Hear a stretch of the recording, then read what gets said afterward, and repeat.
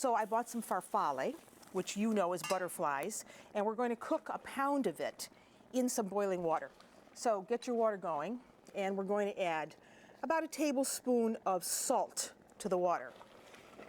And I'm going to get the pasta in, and this is going to be our first course. So get it all in, give it a stir, and let it come back to the boil. To do that, I'm going to put the cover back on. When that comes back to the boil, I'll take the cover off and let that cook. So this is going to be easy. This is a no-sweat dinner. Now, thinking about the sauce, I've got some butter going here in a saute pan, and in the store, they had fabulous-looking Gorgonzola cheese. So I decided that was going to be the base of my sauce. So we're going to start with some butter in a pan and some onions. So get your butter melted, and we want these onions to be soft. You could actually make this sauce ahead of time and then just reheat it. You know, when you're sitting in traffic and you've got a lot on your mind, I mean, I had no idea what I was going to get when I got to the store, but as I was driving, I started thinking about, well, what could I do for $20 that people would really love? And I think this is going to be the answer, and it's going to be elegant. So you get that soft, and while that's getting soft, we're going to work with this cheese. And this is a blue vein cheese. You can see the blue veining right there. This is a cheese that comes from the region of Lombardia in the north of Italy. And it's a cow's milk cheese.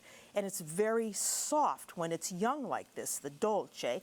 But then as it ages, it gets harder, and that is the forte. And why did I pick this cheese? Because this is a great melting cheese, and it's going to make a wonderful sauce for our farfalle.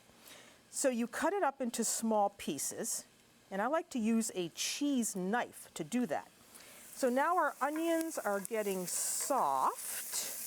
I'm going to give that a little salt and just a little pepper. And once that's soft, what you want to do is lower the heat on that, because you don't want to put that cheese in and really you don't want to put the cheese in over very, very high heat. Let me see what we're doing here. We're not at the boil yet. Got to get that back up. All right, so now we have this, and then I thought, well, what else could I put with the cheese? Well, for that, I thought about some type of herb that would complement this gorgonzola. And I think the best thing to go with that would be some sage. So we have some beautiful, look at this beautiful sage here. I cheated and took this out of my garden, I have to tell you the truth. But they did have sage in the store. So we want some sage leaves. Get a little pile going. And just chop it up. I don't want too much. Everything is about balance here. Because if we put too much sage, it would be just too pungent. And then you wouldn't have the flavor of the cheese coming through. Sage has a very strong, I like to say, woodsy flavor, so you really want to be careful there.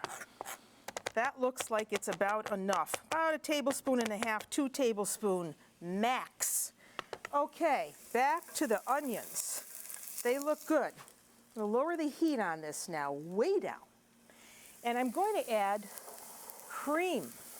This cost me, I think it was $1.19. So I'm going to put the cream in slowly over my spoon and mix that in with the onions. This is going to be delicious.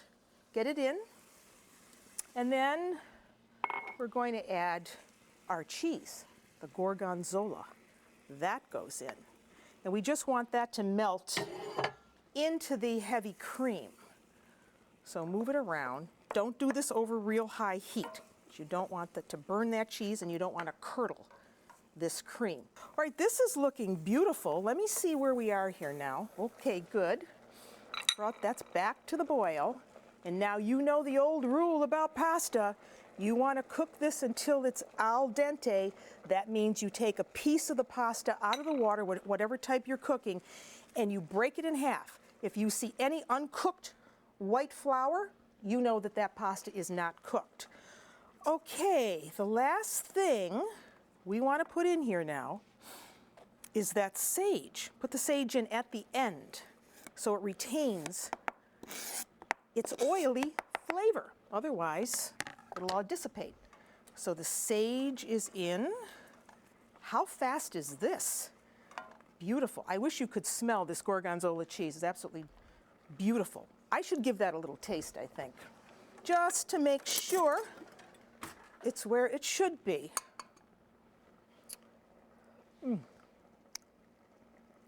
Delicious. And you don't need any salt because there's a little salt in that cheese. There's enough salt in that cheese. That's delicious. Did I drip any on me? I don't think so. Okay, so we can turn this way down now. And I'm going to take just a tad of this water, just a tad because that has starch, and add it right here to my sauce. Just a little water. Now, if you wanted to do this part ahead, you could, but then you'd have to reheat it, and you may have a little skin on top of the cheese. That's okay. You just heat it very slowly. So, let's see. We can take this out now. It's ready to go.